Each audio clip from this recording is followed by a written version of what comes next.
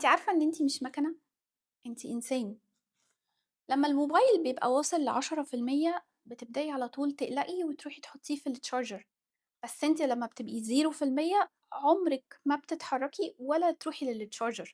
في حاجة بقى مهمة أوي إن أنا أكلمِك فيها، إحنا كبشر محدودين بطاقة محدودة، عندنا حاجات كده لازم نركّز فيها، اللي هم إيه؟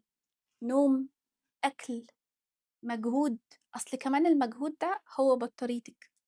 لما انت بتتجاهلي نومك واكلك وكمان معاهم شعور الامان اللي انت بتحسي بيه، المشكلة الحقيقية ان البطارية بتاعتك بتفضل تنزل تنزل تنزل لحد ما توصل ل0%.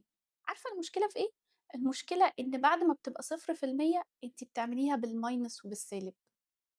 هنا جسمك بيبدأ على طول يتفاعل ويقولك انت استهلكتيني، فيبدأ هنا مخِّك وقدراتِك يقولوا لِك خلاص أنا محتاجة مساعدة، المساعدة ما بتجيش، فتبدئي تصوّتي وتزعّقي وتتنرفزي على أمل إن كل حاجة حواليكِ لمّا تتضبّط، كل حاجة أنتِ كمان جواكِ هتبقى كويسة، بس ده ما بيحصلش، لإن أنتِ لو مش مدّية لنفسِك الحق إن أنتِ تكوني مرتاحة، عمر ما حد هيدّيكِ الحق ده. هتيجي بقى تقولي لي أصل ما حدش بيساعدني، هو أنا لو لقيت المساعدة يعني هارفض وهاقول لأ؟ الحقيقة مش كده، الحقيقة إن إحنا قُلنا إن في قوانين، إنِّك أكلِك ونومِك مهمين، ولو أنتِ ما اديتيش لنفسِك الحق ده وركزتِ على طاقتِك وعلى قدراتِك، عمر ما حد هيركز معاكِ ولا هيقدّرِك ولا هيدّيكِ ده من برّه، ده تقدير من جوّه مش من برّه.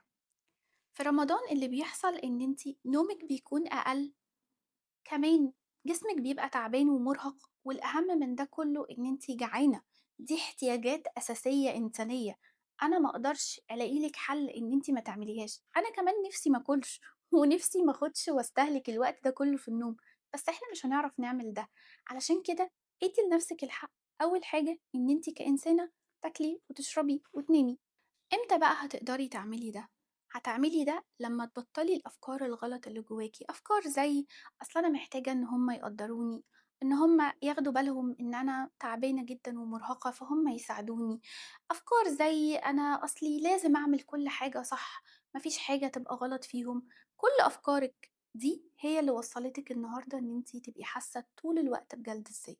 علشان كده أنا هنا ودلوقتي بقولك قولي ورايا كده، أنا بادّي لنفسي الإذن وباسمح لنفسي إن أنا أكون إنسانة مش أكتر من كده. في تحدي ال30 يوم عندنا تمرين بسيط هيساعدِك تشحني البطارية بتاعتِك، ابعتي لي على الواتساب، اللينك هتلاقيه في الdescription.